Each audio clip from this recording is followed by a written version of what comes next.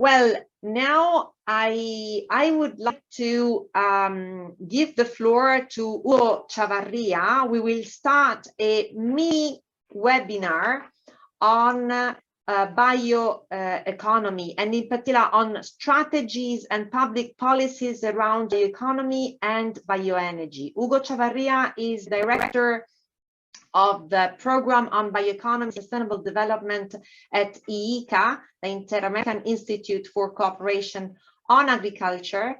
Hugo and Agustín Torroba, también from the same IICA group, have been supporting us also during, in particular, during the Bioenergy Week in Paraguay last month, at the end of September, to organize an extremely interesting session on bioeconomy there as well. And we fall in love with the bioeconomy thematic area, and we were happy to receive the support from Hugo and Agustín again for the organization of this mini webinar. It's just 1 hour webinar that gives us the opportunity to receive an overview of national and regional strategies on bioeconomy that are relevant for bioenergy.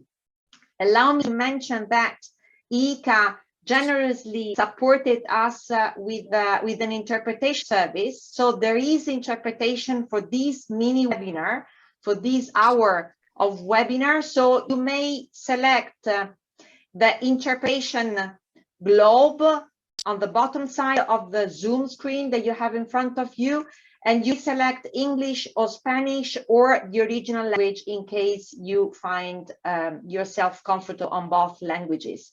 Why the interpretation service English-Spanish? Because thanks to the support of IICA, we have some experts from the Latin American region that are joining this specific mini webinar today to listen to this interesting session. So Hugo, over to you to moderate the session. Thank you so much. Thank you, Micaela. Thank you. Hi to everyone. Well, as Micaela said, I prefer to speak in Spanish for my colleague in Latin America. Bueno, muchas gracias, Micaela. Para nosotros es realmente un honor estar acá con ustedes.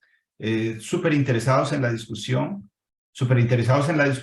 de las bioenergías en el marco de la bioeconomía, y también súper interesados en la discusión de cómo medir. De hecho, ayer teníamos una discusión, un webinar grande con los colegas europeos. Acá está Justus. Teníamos un webinar en donde el proyecto Biomonitor nos compartía a más de 50 tomadores de decisión de América Latina cuáles eran los resultados que el proyecto Biomonitor había generado en términos de medición de la bioeconomía.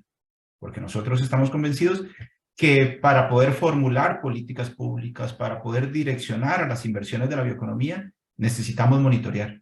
Necesitamos evidencia que nos permita no solamente formular, sino también direccionar la política pública. Entonces, súper interesados con la discusión que ustedes están teniendo. Para nosotros, desde el ICA, es realmente un honor participar en estos espacios. Y como decía Micaela, ahora, durante 1 hora, es un webinar muy corto, es un webinar, tenemos poco tiempo, pero sabemos que los vamos a aprovechar al máximo. Durante 1 hora, la idea es conocer qué están haciendo diferentes regiones y qué está haciendo un país en temas de estrategias y políticas para la bioeconomía. Nosotros estamos convencidos que las bioenergías son uno de los senderos de la bioeconomía que tienen más potencial. Las bioenergías es la que nos permite implementar en terreno mucho del potencial bioeconómico que tenemos. Y bueno, eso es exactamente lo que queremos conocer de parte de las regiones y de los países. ¿Cuál ha sido su desarrollo? ¿Cómo han venido trabajando estos temas? ¿Cuál es la política pública que están formulando y que están implementando para la promoción de la bioeconomía? Tenemos una agenda súper interesante. Vamos a empezar conociendo lo que ha hecho Europa, posteriormente lo que ha hecho Estados Unidos, lo que ha hecho África, y vamos a tener un caso puntual de un país latinoamericano que es Argentina. Entonces, para arrancar con el panel, quiero presentar al profesor Justus Wieseler. Justus es profesor, es investigador de la Universidad de Wageningen. Justus actualmente están finalizando un proyecto denominado Biomonitor, como les contaba, que pretende generar metodologías para medir la bioeconomía. Tiene amplísima experiencia, es también el presidente del GBEP, que tendrá su próxima reunión en Argentina en julio del año entrante. Así que bueno, le dejo el escenario a Justus para que nos cuente en 10 minutos sobre la evolución y el desarrollo de las políticas y estrategias para la bioeconomía y las bioenergías en Europa. Justus, por favor. Yes, thank you, Hugo, for the nice introduction. And it is my great pleasure to present and talk about the development of the bioeconomy within the European Union, and in particular to talk about the Biomonitor project, which tries to contribute to monitoring the bioeconomy by identifying data gaps and developing methodologies for closing these data gaps, as well as applying methodologies that we have developed within the project. Now, I have shared already a few links to the Biomonitor project, such as to the website, where you can find more information about the details of the project.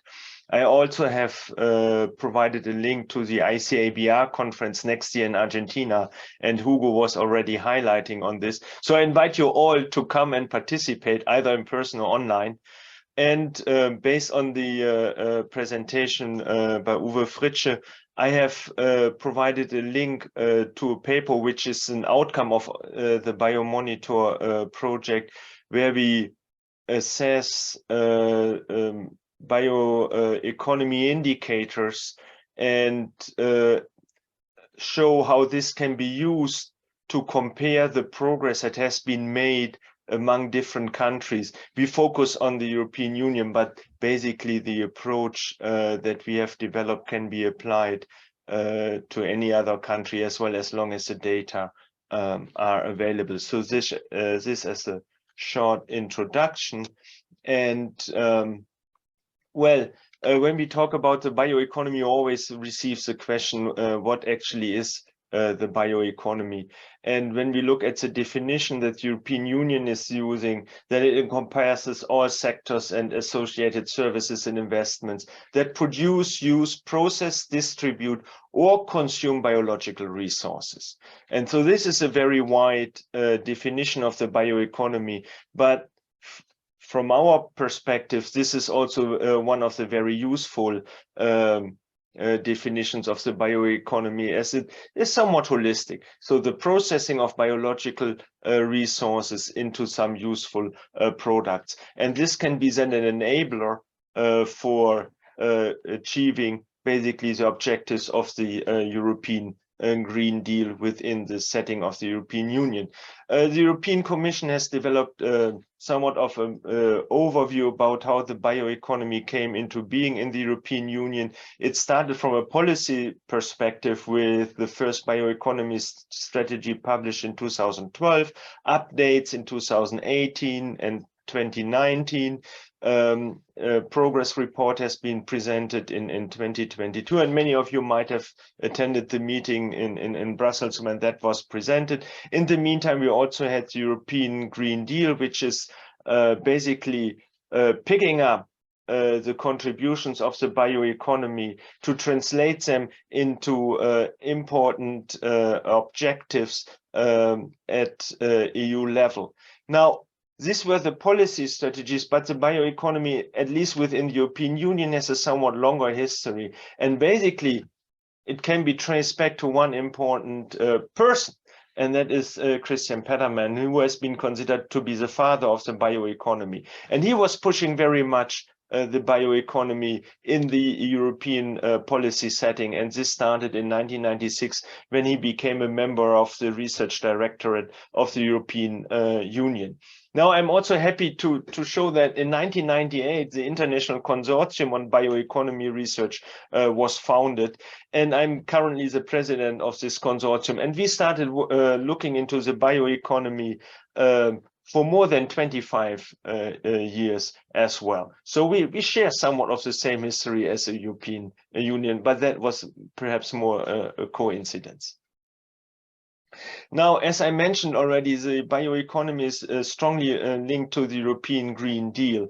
And under the European Green Deal, there are three major objectives. This is no net emissions of greenhouse gases by 2050, economic growth and decoupled from resource use, and no person and no place left behind. And in total, the European Union tries to mobilize about 1 trillion for achieving these objectives by the year 2030.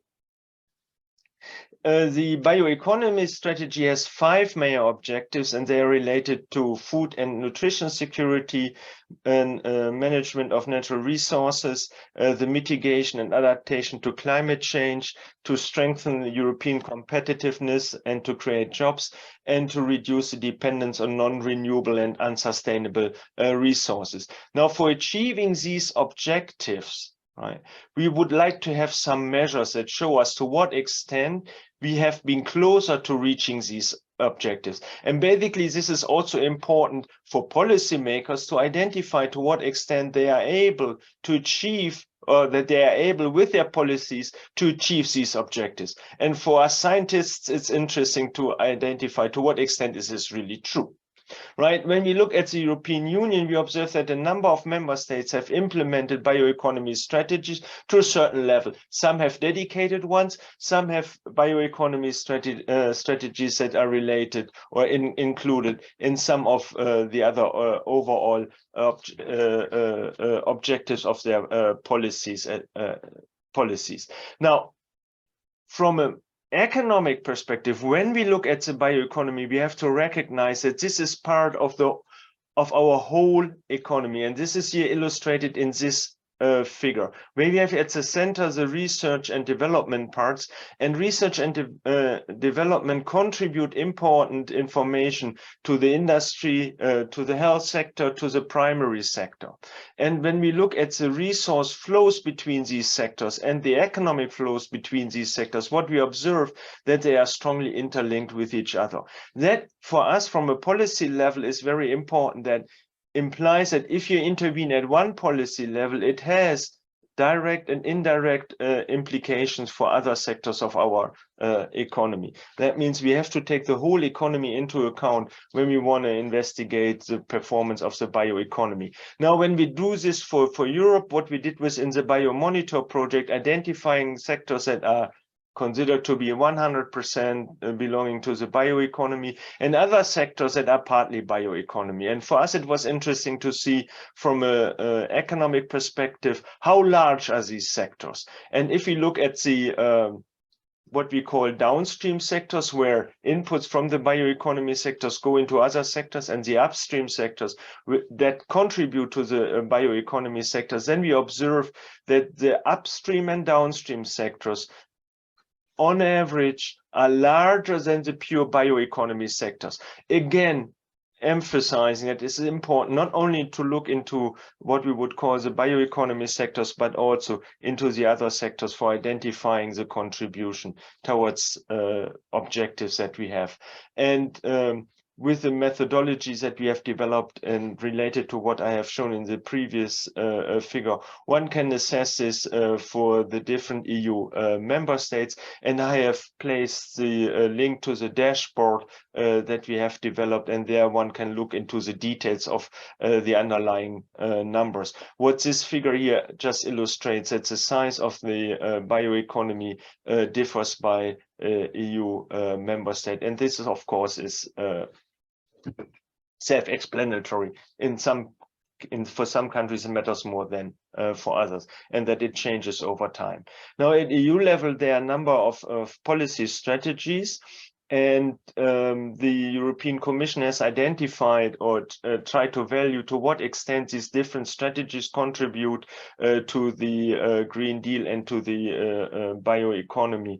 And the darker the green color is, the more the contribution to the bioeconomy is expected to be with respect to the objectives, and the lighter one, the links are less strongly expected to exist. And for us as economists, again, it's an interesting question to ask to what extent what policymakers expect actually is true. Now, what this also indicates that it is not only an issue that is related to the quantities, let's say the biomass being produced or the economic values being generated, but that the performance of the bioeconomy is also very much impacted by policies. And I've mentioned this before, and that also implies that if we want to assess the contribution, we have to take these issues into consideration for the developing monitoring frameworks. For example, societal objectives also have to play a role. The driving forces need to be considered, as well as the availability of natural resources and the impacting policies. Now, if we put this all together, then one of the key results from our project is that, for example, if we investigate the farm to fork strategy in more detail, this was one of the economic or the policy strategies where more information is available than in comparison to the other strategies that I have highlighted. That on one hand, if you do a first assessment that the contribution of the farm to fork strategy, for example, to greenhouse gas emission may seem positive if we look at the contribution at EU level. If we then take into consideration spillover effect to other regions of the world of the strategy, if we take into consideration land use and land use change and forestry and other substitution effects, then the positive impact on greenhouse gas emissions seems to disappear. At least this is what, if we use current estimations, indicate. So one needs to be very careful with respect to the design of policies, in particular within the European Union, if the objectives of the Green Deal should be achieved. And for example, in the farm to fork strategy, it may benefit farmers, but it has a negative implication for the consumers. And the question is, can this be satisfied by the greenhouse gas emission savings, for example, or other environmental services? And the indication at this point in time, it seems not to be the case. So now, looking or summarizing this, when we look at the European Union, bioeconomy is very complex, includes energy, the 4Fs, bio-based materials.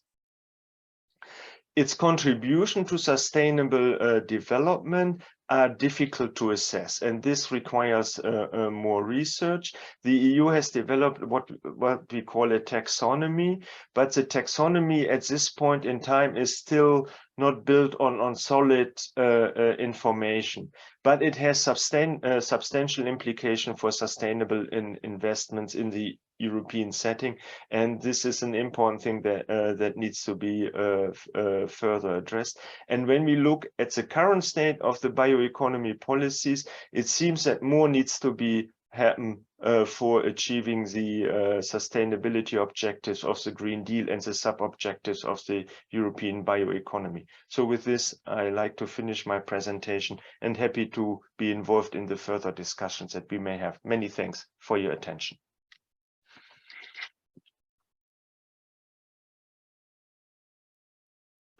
Muchas gracias, Justus. Siempre muy interesante. Vamos a continuar con las presentaciones y dejamos el espacio de intercambio para el final.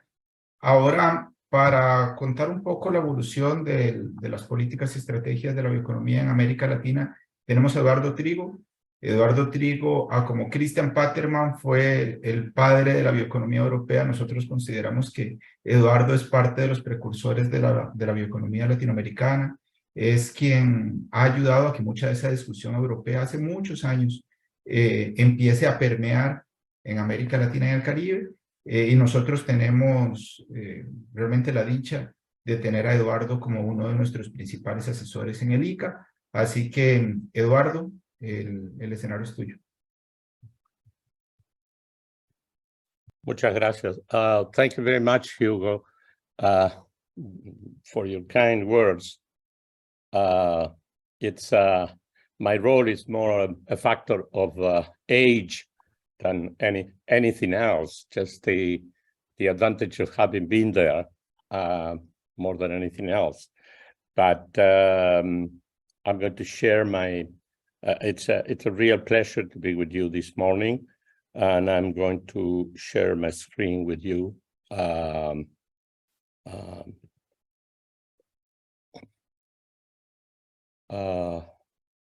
you see the presentation?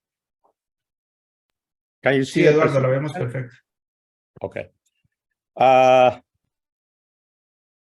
The bioeconomy in Latin America, I mean, just following some of the concepts that we have been discussing here in GBEP and in previous meetings and in the documents that are under development.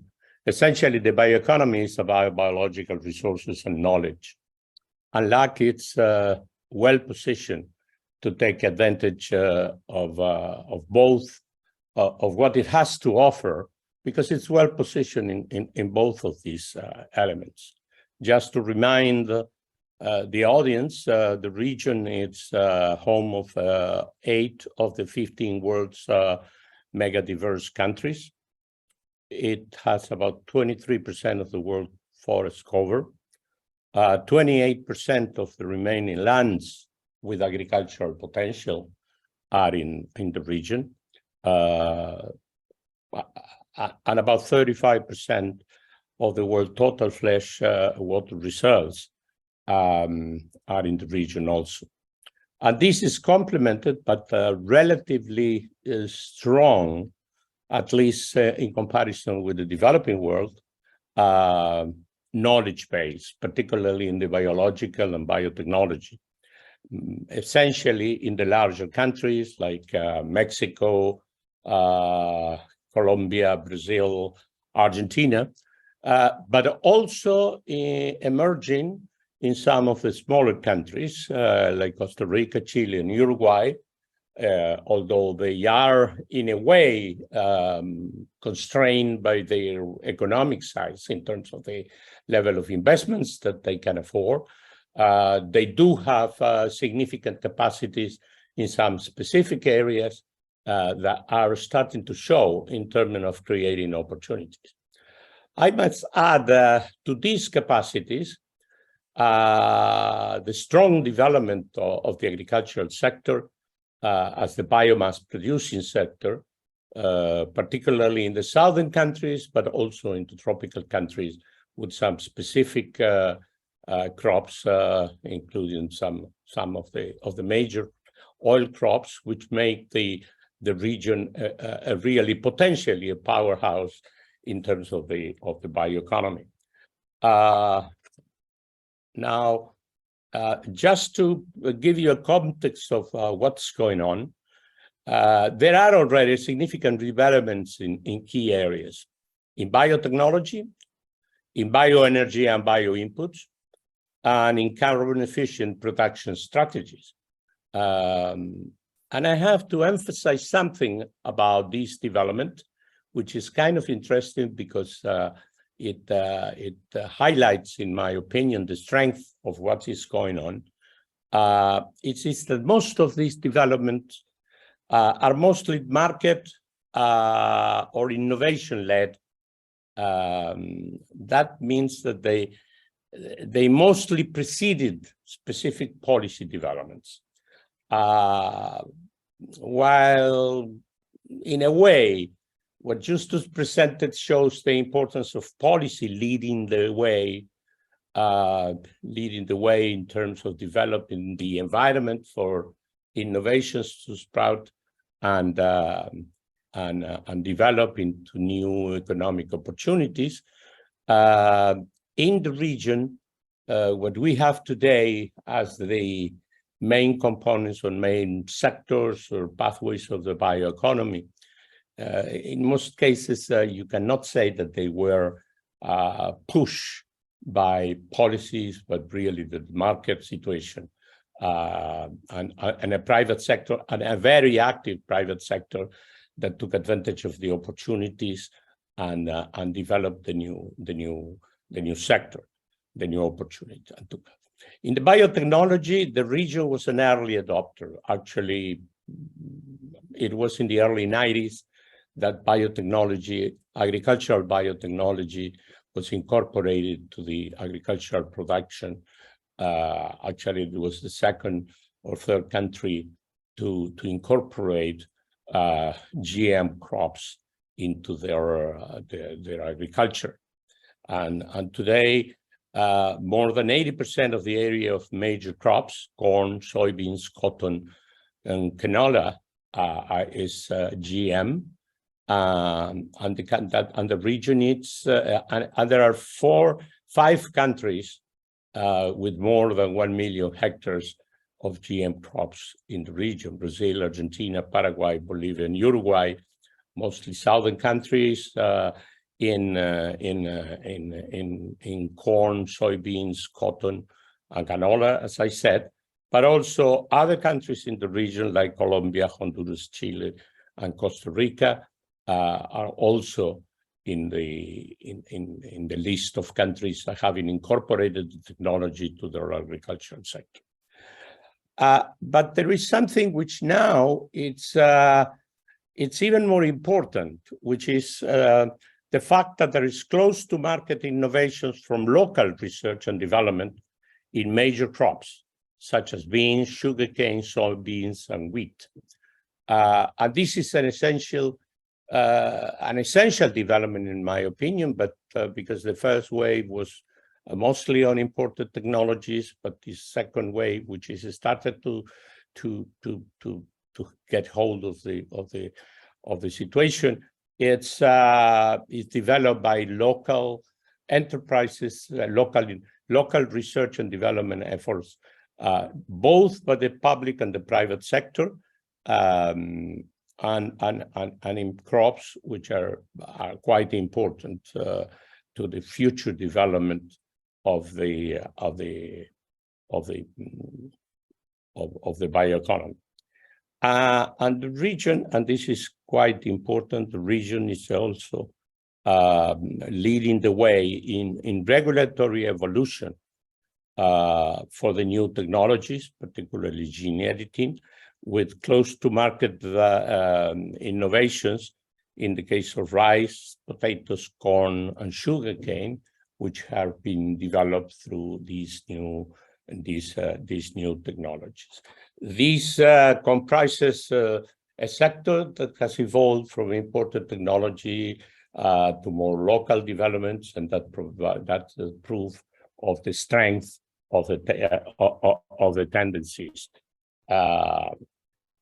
And the same is happening in terms of bioenergy, with the region produces a significant share of bioethanol and biodiesel coming from sugarcane, maize, soybeans, oil palm in Brazil, Argentina, Peru, Colombia, Honduras, Ecuador, Uruguay, Paraguay, and the list goes on.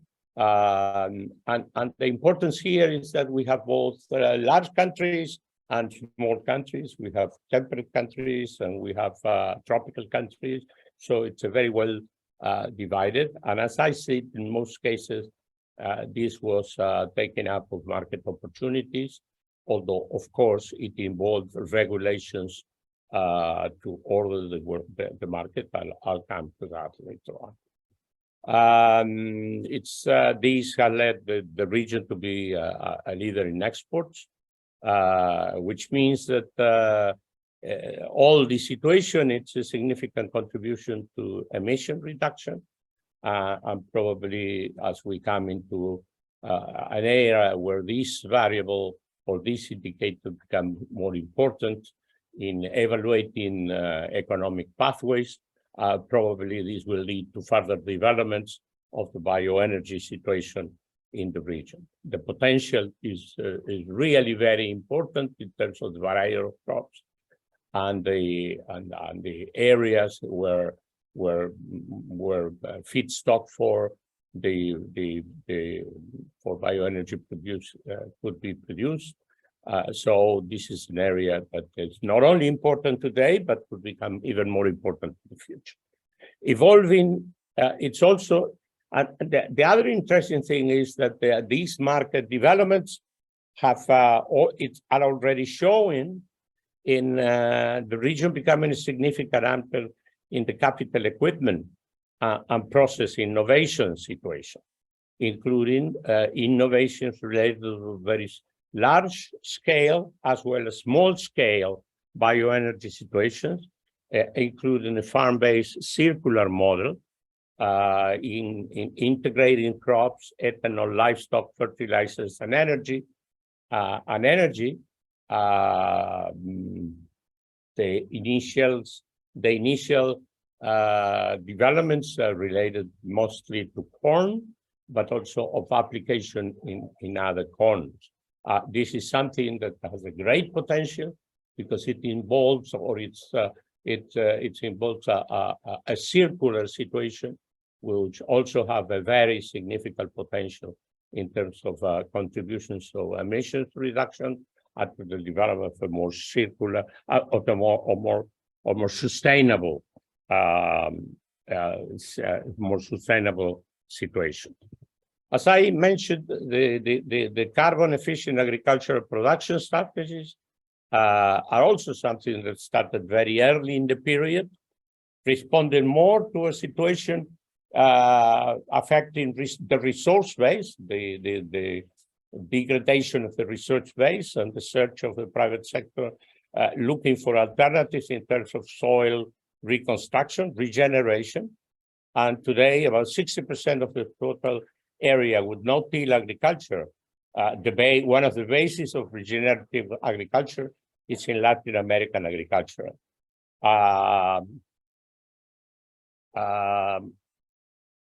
Sorry, 1 second, please.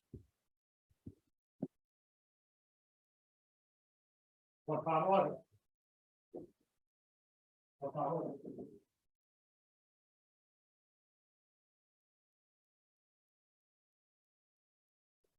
I'm sorry, but probably you were hearing a background noise. I'm sorry.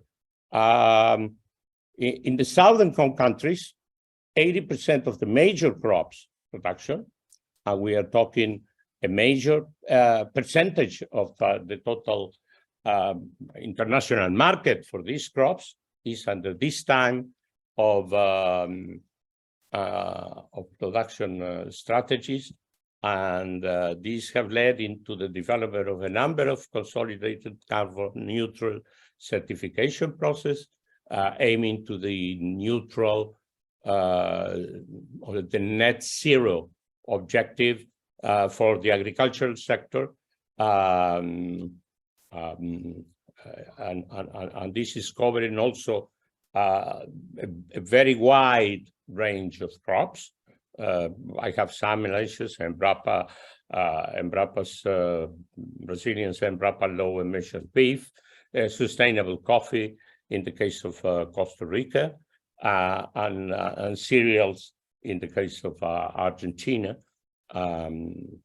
with a broader certifying food, beverage, and energy products system.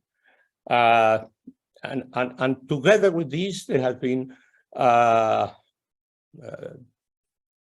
is an emerging bioinputs sector, although there is no region-wide data that we can quote. At this time, we have very ample punctual evidence that bioinputs is a fast-growing sector. Some indicators between 2000 and 2020, microbial control agents have represented about 60% of all agricultural health products registered in Brazil. and that means a lot. And we have evidence that trends are kind of similar in other countries. And lately, the biofertilizers are also growing, particularly in the more recent times, in response to the disruption of the traditional fertilizers resulting from the war in Ukraine. Of course, in this later trend, we don't have much. We are talking something developments that are very recent, but if we can judge by the strength of the scientific and some of the private sector discussion, we can anticipate the biofertilizers are going to be a strong growing trend in the relatively close future, building on experiences that have already been developed along other sides, and discover a wide range of alternatives, starting from those integrated by bioenergy situations, like the small-scale ethanol producing, integrating corn and ethanol that I mentioned before, but also some bacterial and microbial-based situations, developments, which are also close to market in other cases. And all these developments I've mentioned, I've mentioned until now, are being supported by an emerging bioentrepreneurship sector. Startups and new enterprises are essential for bioeconomy development, and there is data available that puts the number of bioentrepreneurship initiatives at 1,600, at least in estimate in 2010. Main areas that we identify this movement to be in: alternative feedstock for bioenergy, biofuels, and biomaterials, precision agriculture and agroecological intensification activities, and biotechnological applications, maybe in countries with advanced regulations, where we see strong developments. And on the graph on the side, we have a kind of development of these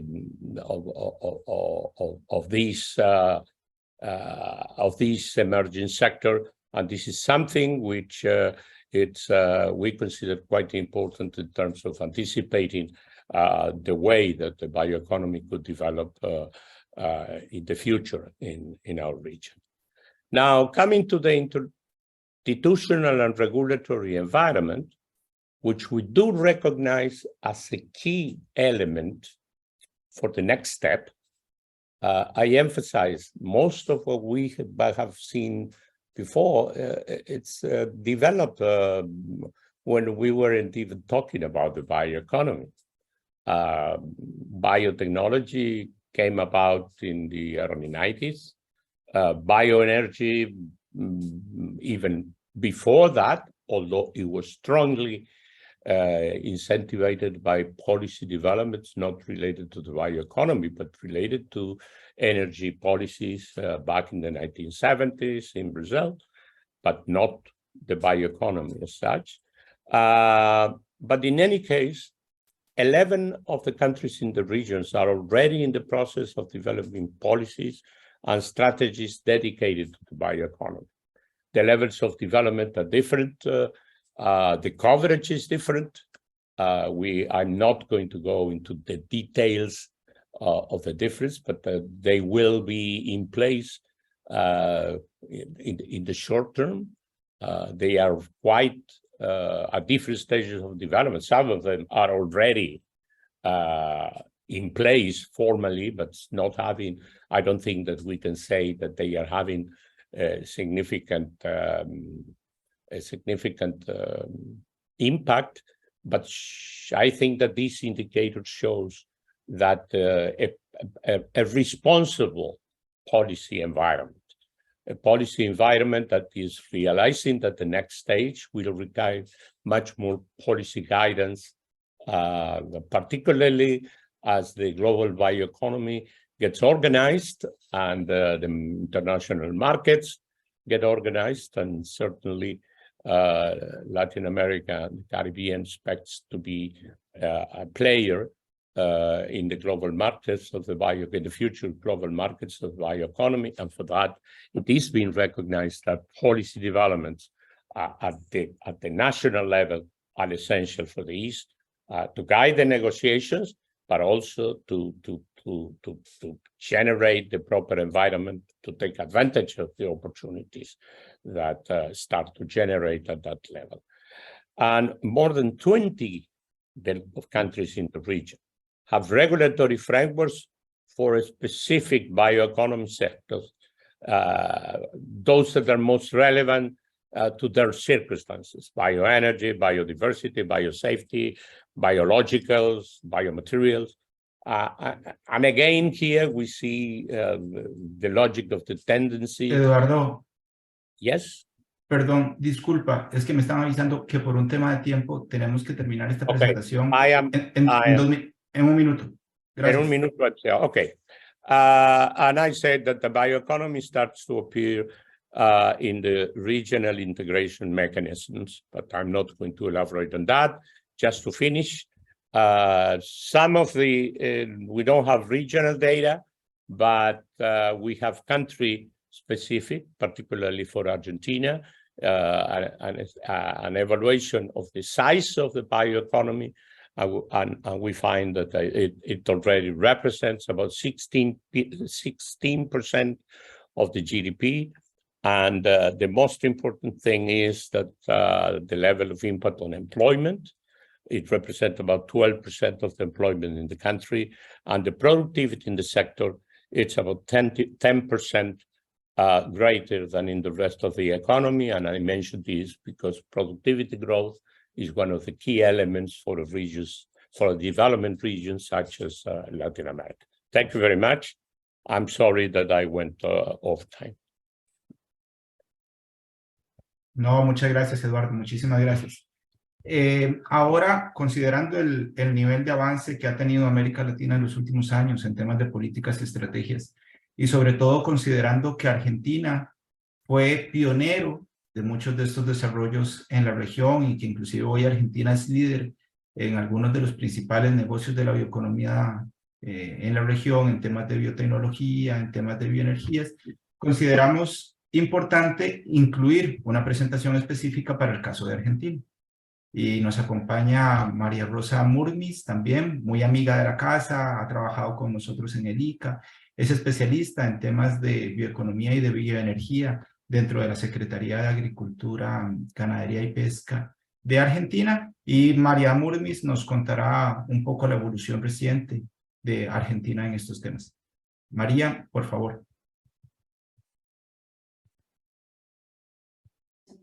Ahí está, ahí tengo. Muchas gracias. Thank you, Hugo, for your introduction. And I'm very glad. Is my screen being shared? Can you see my screen? Sí, se ve perfecto. Yes, see. Well, I'm very glad to be here presenting the bioeconomy and bioenergy strategies of Argentina, and especially within the context of GBEP, knowing that GBEP will be able to continue working, continue its valuable work on the sustainable bioeconomy into the future. Okay, so the origin of policies and strategies for the deployment of what we now call the bioeconomy owes a lot to bioenergy, but a senior lecturer in the Department of Pharmacy. We have I'm also the something in the background, maybe? Medicine. From this project, Okay. I'm coming in as the... Sorry, I hear, is this a translation that I'm hearing? I hear a background noise. Is that normal? Where I'm a member. Okay, I'll continue if everyone can hear me. Yet the first milestone can be traced back to 1991 with the creation of the National Advisory Commission on Agricultural Biotechnology as as Eduardo presented earlier, the bioeconomy really goes back a long way, even though it wasn't called the bioeconomy then. But that was the first milestone in Argentina where we have the state supporting the deployment of something that we now call a modern bioeconomy. And this commission was basically charged with advising and evaluating for the approval of agricultural biotechnology events. Then in 2012, the program for the promotion of biomass energy, ProBiomasa, was associated with the Ministry of Agriculture, and it became an important driver and enabler of the adoption of bioenergy in the country. And it is really from that platform that later on, around 2016, we start thinking of the deployment of a wider bioeconomy, which begins with the development of a bioeconomy strategy within the ministry. Later, an interministerial, it becomes a wider initiative, an interministerial agreement. And today, we have a national bioeconomy directorate within the Ministry of Agriculture that's basically the authority charged with promoting the bioeconomy nationwide. So why are we so interested in the bioeconomy? Because we know that there's great potential for bioeconomy development in the country. Using the wisdom methodology developed by FAO, which uses basically satellite imagery to identify biomass, we know that there's a great the difference between the supply of biomass, the available sustainable biomass. This is eliminating native forests and the use of biomass that would not be sustainable. The difference between the supply and the current demand of biomass is 40 million tons per year. So we know that Argentina has a great potential for development of a wider bioeconomy, and this is only dry biomass. I will later on mention other sources of biomass. So this is a minimum availability, and we know that we have a great potential to develop the bioeconomy further. I'm not able to change my slide. I'm sorry. If you can give me a minute. There. The development of bioenergy was promoted through basically two main laws.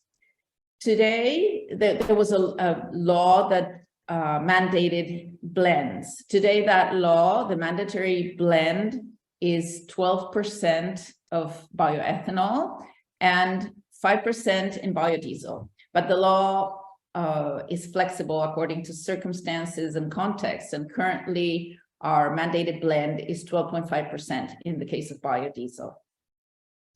The other law that was instrumental was a law for the promotion of power generation, connection of renewable energy to the national power grid. There is a goal to reach 20% of renewables by 2025. And this was done through tenders calling for projects of renewable energy, and many biomass projects are today providing power to the national grid. So I'm going to go through the main sources of bioenergy now relevant in Argentina. Firstly, there's biodiesel. Biodiesel in Argentina is produced from soybeans, and its total production is 1.7 million tons. The installed capacity is much larger than that. We've got 4 million tons per year installed capacity. Of the total production, about 3/4 goes to the international market, 1.26 million tons, and the rest is for the domestic market. And Argentine biodiesel has 70% emission savings potential. In the case of bioethanol, our bioethanol is produced from sugarcane and corn, about 50-50 each, and it's produced for the domestic market. The installed capacity is 1.5 million metric cubes per year. So we're much nearer the installed capacity in the case of bioethanol, and emission savings is 64%.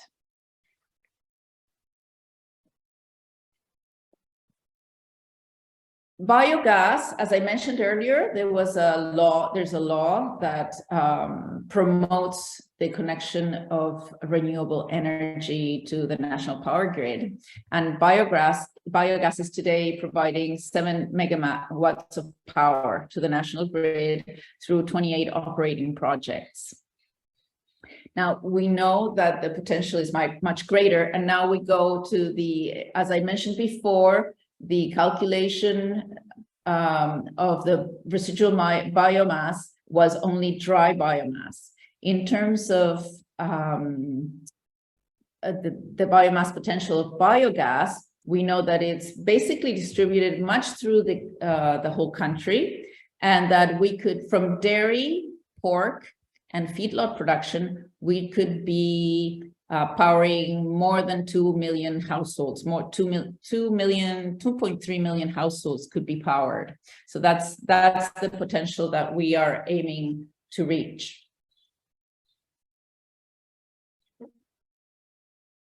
From biomass energy, dry biomass, the installed power is 200 megawatts. Again, this is providing power to the national power grid through the regulations we mentioned. And this residual biomass comes from basically from forestry and sugarcane in terms of primary production. It also comes from industrial production, from sugar mills and the wood industry.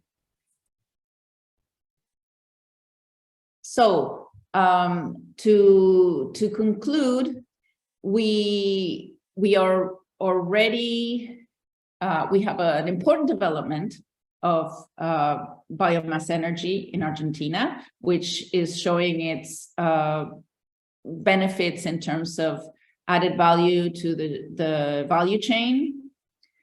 It generates new industries and jobs, especially local employment, because biomass is hard to move and it's perishable, and it promotes the development of local economies. And it promotes energy security, which was one of the main drivers of the original legislation. In terms of the environment, we have reduction of greenhouse gas emissions. It helps us comply with our commitments in terms of climate change mitigation, and diminishes soil and water pollution. Now, bioenergy is part of the bioeconomy, but it isn't the whole bioeconomy. So we like to think of bioenergy as both a precursor and a first mover of the bioeconomy. A precursor because it is the first, it is a sign of the bioeconomy, but it doesn't make the bioeconomy. And it is a first mover because we can build on that, on the experience of having developed the bioenergy to deploy the wider bioeconomy. And it comes with all the advantages and the disadvantages of being a first mover. The advantages is that it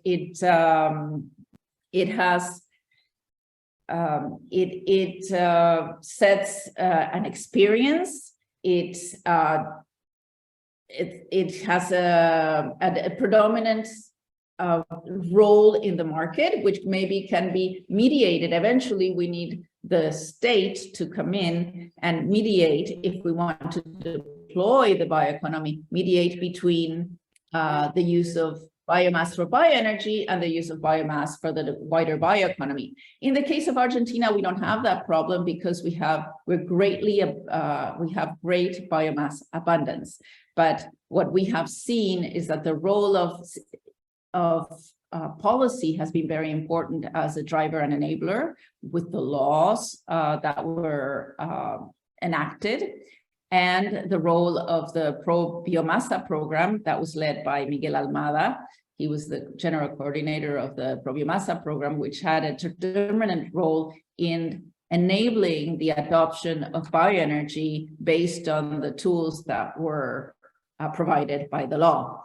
And the other important role of policy, in our experience, is to find ways to measure the bioeconomy. As our experience with the sustainability indicate, GBEP's sustainability indicators in many countries, and in Argentina included, it is hard to measure. We weren't able to measure everything because the bioenergy and the bioeconomy are not differentiated. So an important lesson we have learned is that we need to find ways to identify the indicators of the bioeconomy and of bioenergy, so that we can measure its potential and manage its potential.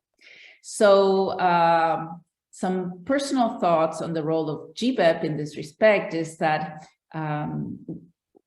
GBEP has a lot of potential and could be very valuable in helping us in that nexus between bioenergy as a precursor and first mover of the bioeconomy, to help countries deploy the bioeconomy, and also to help mediate between bioenergy and the bioeconomy, so we arrive at optimal systems.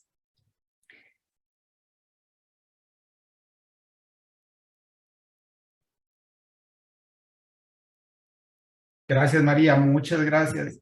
Me gustó mucho ese cierre y coincido totalmente. La bioenergía en muchos de nuestros países es el precursor y es la punta de lanza de la bioeconomía.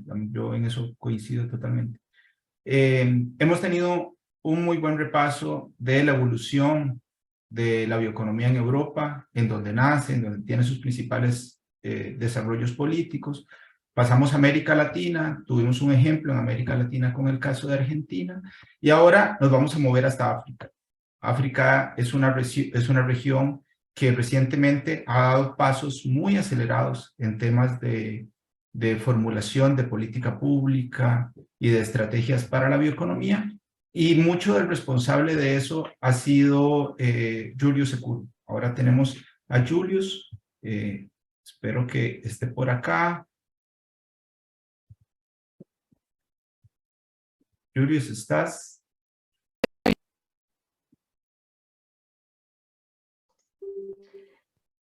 Hugo, Julius was connected before. I don't know what happened. I guess that he had a problem with the network, because he was there just 5 minutes ago. Here he is again.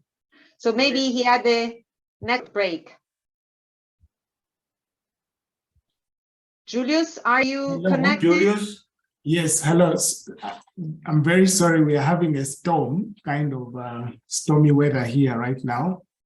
So it's disturbing me, but Hugo, had you invited me to continue? Estaba contándoles que habíamos tenido un repaso por la evolución de la bioeconomía en Europa, llegamos a América Latina, ejemplificamos con la evolución que ha tenido recientemente Argentina, y ahora queríamos escuchar la experiencia de África, que es una región que ha tenido pasos acelerados en la formulación de políticas y estrategias para la bioeconomía, y les comentaba que gran parte de esta tarea la has encabezado vos. Julius Ekuru, él es el director de una institución que se llama Bioinnovate África. Julius es además un amplio experto en temas de innovación tecnológica, en temas de bioeconomía, y Julius encabeza el comité coordinador del Global Bioeconomy Summit, que nos reuniremos de una vez, también aprovecho para hacerles la invitación, nos reuniremos en octubre del año entrante, del 2023, en Canadá. Entonces, Julius es una gran figura de la bioeconomía africana y nos va a contar la evolución de las políticas y de las estrategias que han venido construyendo. Julius, por favor. Okay, thank you so much, Hugo. For some reason, I can't share my screen. So maybe, Michaela, can you do that on my behalf? Of course, I will take your presentation right away and share the screen. Just give me one. Okay, but as Michaela comes on, I just want to thank Michaela and Hugo, especially for inviting me to this forum. I've also seen that we have Rocio also here, whom we worked with a lot in East Africa, and has been telling us a lot about your team. So thank you very much. So in case I have any power problems, Rocio, please carry on with this presentation because you know everything about it. So if you could put it on presentation mode, Michaela, you could put it on presentation mode.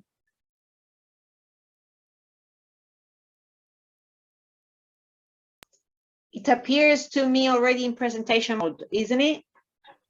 Okay, I'm seeing it a little bit differently.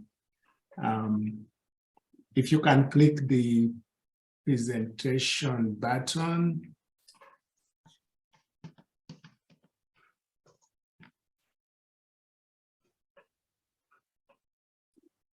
Yeah.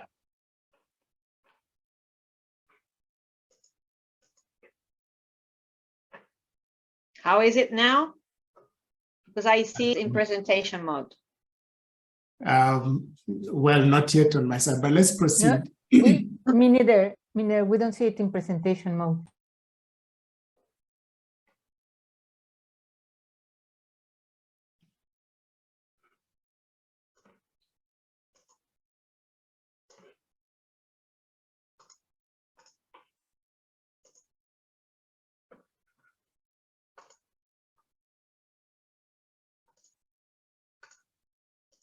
Very sorry about this. But maybe again, as we wait for the presentation, so Hugo and I also serve on the International Advisory Council of the Global Bioeconomy. So very pleased to be here. Okay, let's go to the next slide.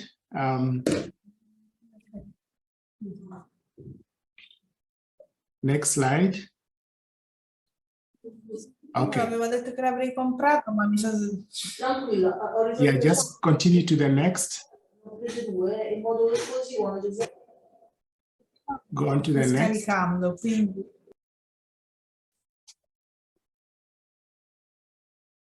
The next, okay.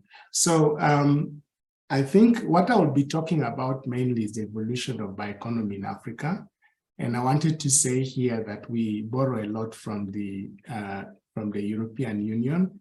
This whole concept started as a knowledge-based bioeconomy. And I think from Justus, we saw that people like Christian Patterman, of course, in Europe, and then I've also seen Eduardo from South America leading these initiatives. But I think from the early stages, we think that there was a heavy focus on industry. The next one.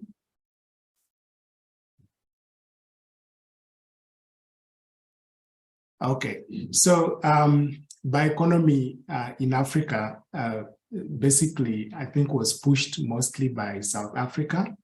And South Africa is, until recently, the only African country that had a dedicated bioeconomy strategy since 2013. But what I want to share here is a little bit how, you know, they look at bioeconomy. So they look at bioeconomy mostly from the bioinnovations point of view, using biological resources and materials to generate sustainable economic growth and also environmental development. And there was a lot of argument about or debate on biotechnology in the early days. So South Africa then looked at bioeconomy as an evolution from that biotechnology landscape.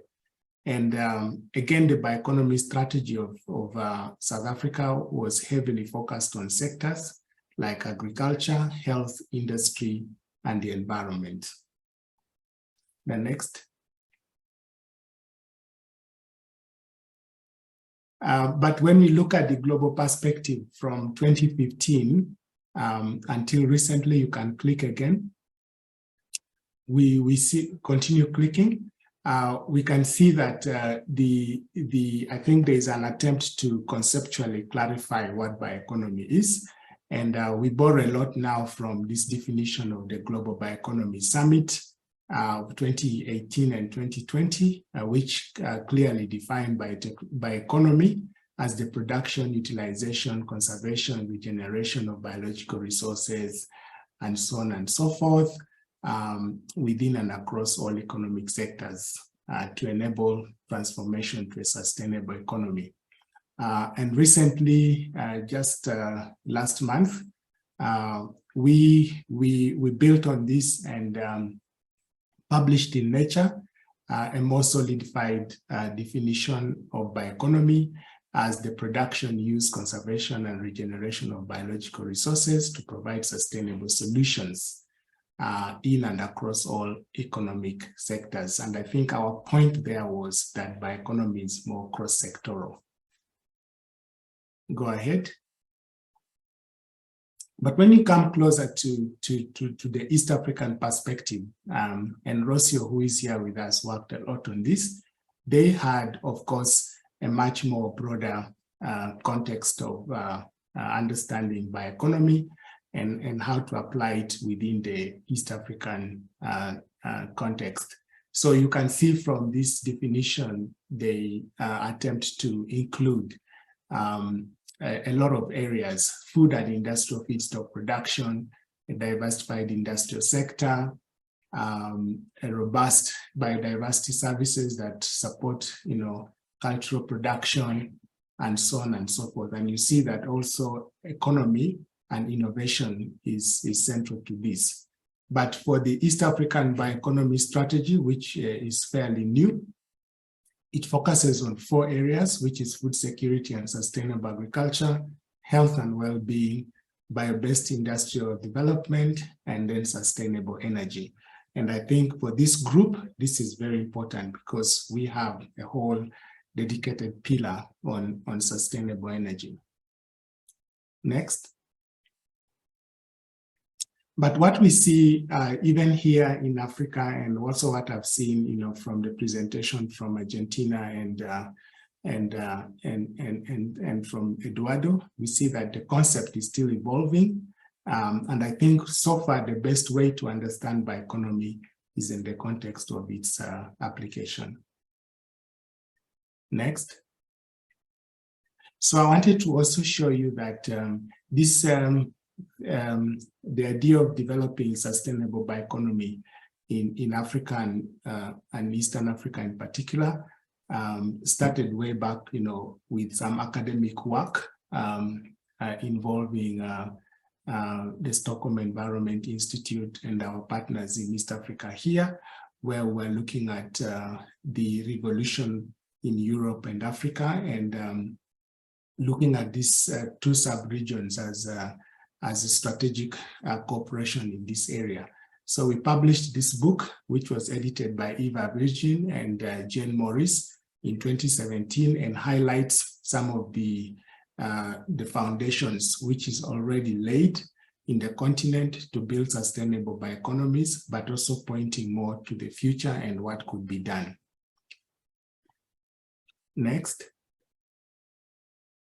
I also wanted to just share with you that, again, when we talk about bioeconomy in Africa here, we started in the 1990s, with the Convention on Biological Diversity and issues of access to genetic resources and benefit sharing, of course, which continue up to now. But then in the 90s and the 2000s, we had a lot of heavy investment in biotechnology capacity, particularly genetic engineering or gene transformation in maize, in soya, in cassava, in bananas, and so on and so forth. And a lot of field experiments have been made, and some products already deployed also in some countries, especially GM cotton, for example. And also a lot of work is going on the transgenic mosquito for malaria control. And then, of course, after we think that this idea of biotechnology kind of matured, we now started talking more broadly about an enabling innovation ecosystem that could, push some of these products to the market and for societal use. And that brought us very, very well to what we now call the bioeconomy, for sustainable, for circular economy for future growth. So I wanted to share that we are still evolving, and these are some of the underpinnings of what has, brought us to where we are, but also we are looking more ahead towards the SDGs 2030 and then the African Union Agenda 2063, which also focuses very much on sustainability. Okay, next. Despite all these challenges of the growth trajectory, we see that there are similarities. I think both in Europe, also in Latin America, we have some common features of the bioeconomy. That is, they are biologically based, it's cross-sectoral, it's systemic, it's science-based. And then, of course, for us in Africa, and I believe also in Latin America, the issue of indigenous knowledge is important. And then it's innovation-driven. And we focus very much on collaboration, co-creativity, and then, of course, sustainability is very much a part of that. So we think that bioeconomy really gives us, in all the hemispheres and continents, a very good basis for collaboration, for cooperation, and for partnerships. Next. Yeah, so very briefly, I wanted to say that if you look at, what is driving the bioeconomy, we have countries like ours in Africa, which, anchor this on the fact that we are biodiversity rich, and I also see this in Latin America. So the idea that we can add value, diversify sources of growth and create jobs is very, very strong. Of course, when you look at Europe and maybe other, the US, we bring in the issue of fossil fuel transition, the issue of climate change, and then economic competitiveness. But also what we see are changing consumer attitudes towards, preference for healthy and safer lifestyles, respect for nature and resilience. But I think for Africa, we are heavily anchored on the resource-based kind of argument for bioeconomy, but we also see a trajectory across the three main drivers. Next. Yeah, so I wanted to say that there is a lot of work now that is going on to kind of shape the discussion and growth of bioeconomy. There is a recent report that was published by the Malabo Montpellier panel, which is chaired by Joachim von Braun. And also recently we did a status report on the East African bioeconomy. We look at this as opportunities to collaborate with Latin America, which has already, you have a very rich resource, you're already monitoring your bioeconomy, and we think that this is an entry point for us to collaborate. Next. So our vision really is now to, as I mentioned, it was South Africa that started. Now we have the East African community with the strategy, but really we are looking at an African bioeconomy, having a more continental type of strategy for bioeconomy. Next. We also believe that scientists will play a very key role in fostering a bioeconomy in the continent. And the program that I lead here in East Africa, which is called Bioinnovate Africa, is really providing the enabling framework for this. So far, we are the largest regional initiative that is fostering bioeconomy in East Africa on a very practical level. Next. I will not go so much into details on this, but just to show you that over the last 5 years, we have done quite a number of bioeconomy projects ranging from improving nutrition, controlling plant pests and diseases and weeds, and also organic waste transformation. I didn't include here, but we also have quite a number of bioenergy projects that have been successful. Next. Yeah, so I'll stop there. Thank you very much, Hugo. And again, thank you so much for introducing me to this team. And I'm very happy to meet you all. No, Julius, los agradecidos somos nosotros. Realmente muy interesante. Es impresionante cuánto está avanzando África en estos temas. Bueno, me parece que hemos tenido una excelente sesión. Para mí ha sido realmente muy bueno. Hemos hecho un repaso rápido desde Europa, América Latina, Argentina y cerramos con África. Yo a manera de cierre y muy aventuradamente, porque con un panel de 41 expertos me parece que es increíblemente aventurado tratar de hacer unas palabras de cierre, pero a mí particularmente me quedan 5 grandes mensajes de fuerza. Primero, yo creo que estamos convencidos, como las presentaciones que vimos hoy de todas las regiones, y me atrevo a sumar que Estados Unidos también, con una apuesta reciente que está haciendo el presidente Biden a los temas de la bioeconomía, estamos convencidos de que la bioeconomía es ese puente que nos permite lograr la productividad, la sostenibilidad ambiental y la inclusión. Estamos convencidos, pero eso tiene tremendos retos, porque estamos promoviendo un cambio de paradigma. Un cambio de paradigma desde el paradigma fósil a un paradigma biológico, que tiene su centro en ciencia y tecnología para el aprovechamiento de la biomasa que se genera en la agricultura, en la ganadería, en los bosques, para suplir a cadenas de valor de altísimo valor agregado. Cadenas de valor en alimentos, en fármacos, en energía, en medicina. Y ese cambio de paradigma requiere de política pública.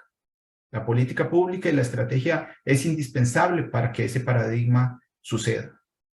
Es indispensable porque la política pública es la que nos va a habilitar esos nuevos negocios de la bioeconomía. La política pública es la que va a permitir coordinar entre esas muchas áreas, instituciones y sectores. Y la política pública es la que nos va a asegurar que todo eso va a suceder en un marco de seguridad y de sostenibilidad ambiental.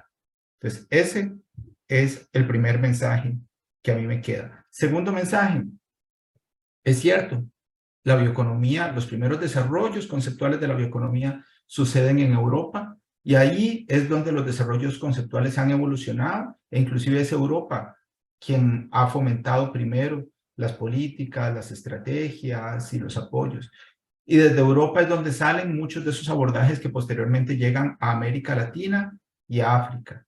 Sin embargo, África y América Latina son regiones que tienen altísimas ventajas comparativas para el aprovechamiento de la bioeconomía.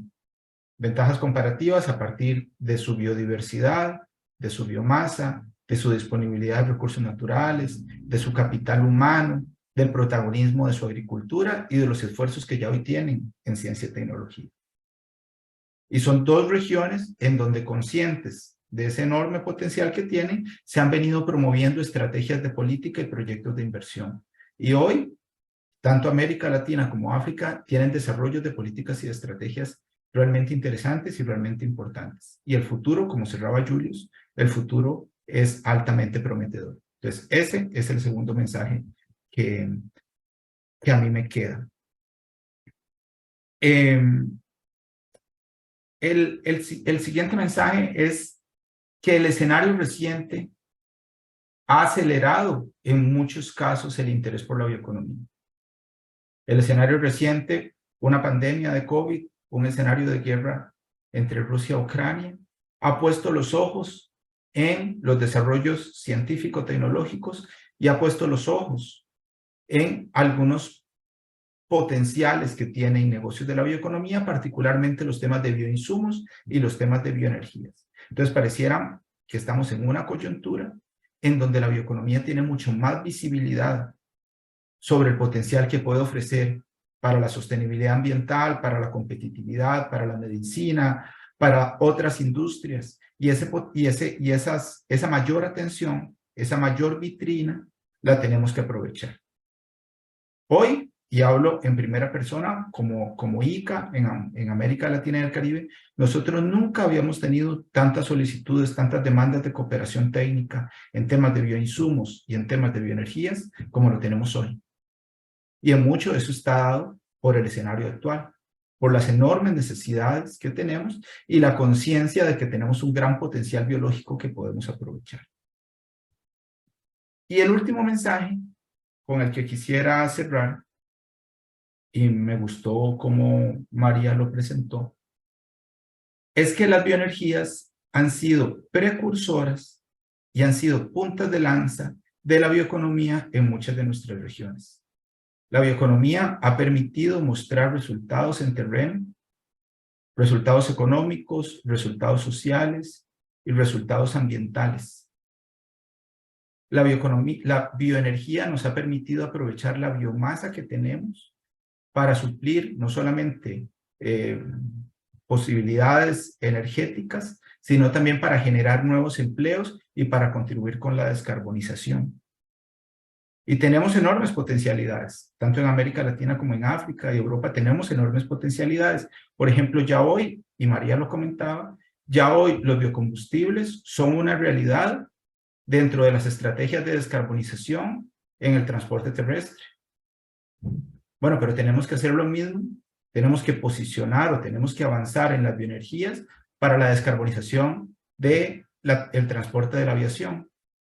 Eso, por ejemplo, todavía, ahí tenemos un enorme potencial, pero también tenemos una enorme tarea. O tenemos que avanzar, como lo decía María, en llevar a la realidad las biorefinerías a partir de residuos para generación de nuevas bioenergías. Son enormes potencialidades, pero tenemos todavía un camino que avanzar.